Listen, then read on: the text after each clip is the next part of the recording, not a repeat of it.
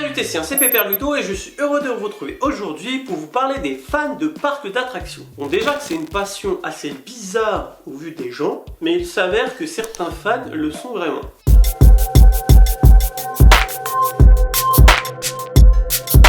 Pour commencer, on va parler d'une catégorie de fans qui se manifeste en tout début de journée dans un parc d'attractions, c'est le rusher. Souvent les parcs ouvrent quelques minutes avant l'ouverture des attractions, mais seulement l'entrée du parc est accessible. Une fois les attractions ouvertes, le but du rusher c'est de courir le plus vite possible pour arriver le premier sur l'une des attractions phares du parc. D'un sens ça se comprend, parce que du coup ça leur évite de faire une grosse file d'attente dans la journée, mais en gros tu commences ta journée en sueur et bien fatigué. Je te laisse imaginer les odeurs. Je me demande s'ils s'entraînent chez eux pour être plus performants. Wouhou! Objectif Osiris!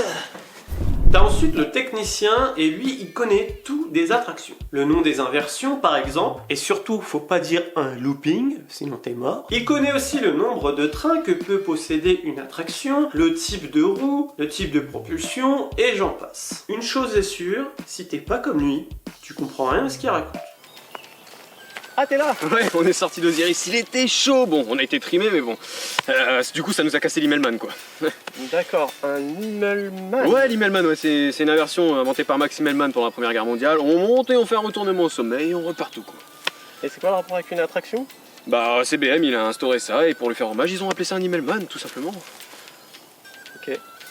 Dans la continuité, tu as le coaster fan. Donc lui, le parc, il s'en moque. Ce qui l'intéresse, c'est les roller coasters. Les montagnes russes, si tu préfères. Oh, de toute façon, les flat rides, c'est fait que pour les forains, hein. Dans les coaster fans, t'as les compteurs. Alors lui, son but, c'est de faire grimper son compteur de coaster. Son coaster count, comme on dit dans le jargon. Peu importe la qualité du coaster, l'essentiel, c'est d'en rider le plus possible. Il peut y avoir qu'un mini coaster dans un parc, genre une pomme. Il vient dans le parc, il fait 2-3 tours, et puis s'en va. Comme les marionnettes. Et d'ailleurs, il est déterminé, parce qu'il est prêt à négocier tout ce qui roule sur un rail pour le compter comme un coaster. Une luge d'été ou une Slinky Dog à Disneyland, ils veulent mettre dedans. C'est un peu comme ceux qui font des flammes sur Snapchat, peu importe le contenu, c'est le chiffre qui compte. Après, dans le même style, t'as le Chain Rider. Alors lui aussi, il est très intéressé par le chiffre, mais juste sur une seule attraction. Son but est de faire le maximum de fois dans la journée le même coaster. Par exemple, il va au parc Astérix, il fait Osiris, et c'est tout. Chacun son truc, mais au bout d'un moment, il doit en avoir marre quand même. D'ailleurs, ça doit lui faire bizarre en fin de journée de redécouvrir le parc. Ah la vache, Osiris, c'était bien. Genre, il y a des hôtels à Astérix. Bon, d'accord.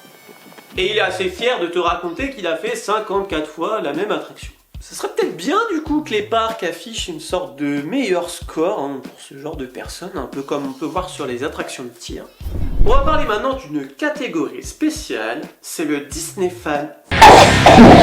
Lui, il n'est pas fan de parc, il est fan d'un parc, Disneyland. Autant te dire qu'il est très simple à reconnaître quand tu es dans le parc, car il a son PA autour du cou avec plein de pins. Un PA, c'est quoi? C'est un passeport annuel. Ah oui, car je vous ai pas dit, mais le Disney fan a son propre langage. Ouais, Lucas, je suis dégoûté. Là, j'étais à BTM, Ouais. et il est en 101. Le cast, il m'a dit, je pense que ça va durer la journée. Du coup, ce qu'on fait, c'est qu'on prend des phases pour Indy, et là, on va faire PM. Ça te va? Ouais, franchement, ça me va. Ok, C'est noté, allez, on y va. Allez, c'est parti. D'ailleurs, le Disney fan, en réalité, rentre dans une autre catégorie, c'est le rageux. C'est un fan qui aime un seul parc en particulier. Il n'a Dieu que pour ce parc, et pour lui, tous les autres parcs sont nuls. Il a souvent des arguments qui ne tiennent pas la route, mais qui s'expliquent tout simplement du fait qu'il n'a jamais visité un autre parc. C'est un peu comme les fans de Nutella, ils n'ont jamais goûté autre chose, mais pour eux, il n'y a rien de meilleur. Et pour les rares fois où il va se dire, tiens, je vais essayer de voir un autre parc, tu sens bien qu'il est là pour chercher le moindre défaut du parc, plutôt que de profiter de sa journée. Ça se demandait pourquoi il est venu. Ce fan adore traîner sur les réseaux sociaux pour suivre son parc préféré, et sa mission principale est de défendre son parc coûte que coûte. À croire que c'est le parc de son père. Va dire à Disney fan que Disneyland Paris est un parc d'attractions. C'est un parc à thème! Vous voyez? T'as aussi un phénomène qui est assez accentué chez les parcs fans, c'est le fait d'être youtubeur. Un peu comme moi quoi. J'ai l'impression que tous les fans de parcs qui sont vraiment à fond dans la passion ont une chaîne YouTube. Et c'est dingue, car au final quand tu croises quelqu'un qui n'a pas de chaîne YouTube, bah c'est lui qui se démarque. Comment tu t'appelles? Lucas, et toi? Ah moi c'est Enchanté. Jules. Salut. C'est quoi ta chaîne YouTube? J'en ai pas. Ah ouais? Hein? Il est chelou. Puis t'as une autre catégorie de youtubeurs, c'est le fan de Dinrel. Donc lui c'est très simple de le reconnaître, hein, il a sa GoPro sur la poitrine, il fait 5-6 fois le même coaster en criant le nom des inversions. Dans le but bien sûr de faire comme son idole. Bon à vrai dire ça se perd un peu car le facecam a pris un peu le dessus grâce à certains youtubeurs. Bon un peu dans le même style, hein, t'as celui-là qui prend tout en photo, même les poubelles. Hein. Ah t'as celui aussi qui pense qu'à manger. Les attractions, les spectacles c'est bien, mais manger c'est important. Et je valide. Ah, ça fait du bien de manger, hein. Et tu sais, manger c'est important, hein. Tu sais, moi quand je mange, je donne des sensations à mes papilles. Puis quand tu viens dans un parc aussi, c'est l'occasion de manger des choses que tu ne mangerais pas chez toi. Et si tu veux, en final, moi quand je mange, je donne des airtime à mon estomac.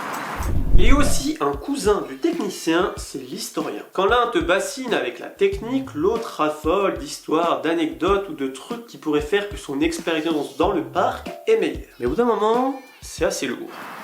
Tiens, tu savais que d'ailleurs la forêt d'Idéfix, avant ça s'appelait la forêt des druides. Et c'est en 2014, avec l'ajout des 5 nouvelles attractions, qu'elle a pris le nom la forêt d'Idéfix. D'ailleurs, c'est Teddy Riner, le judoka, qui a inauguré cette nouvelle zone.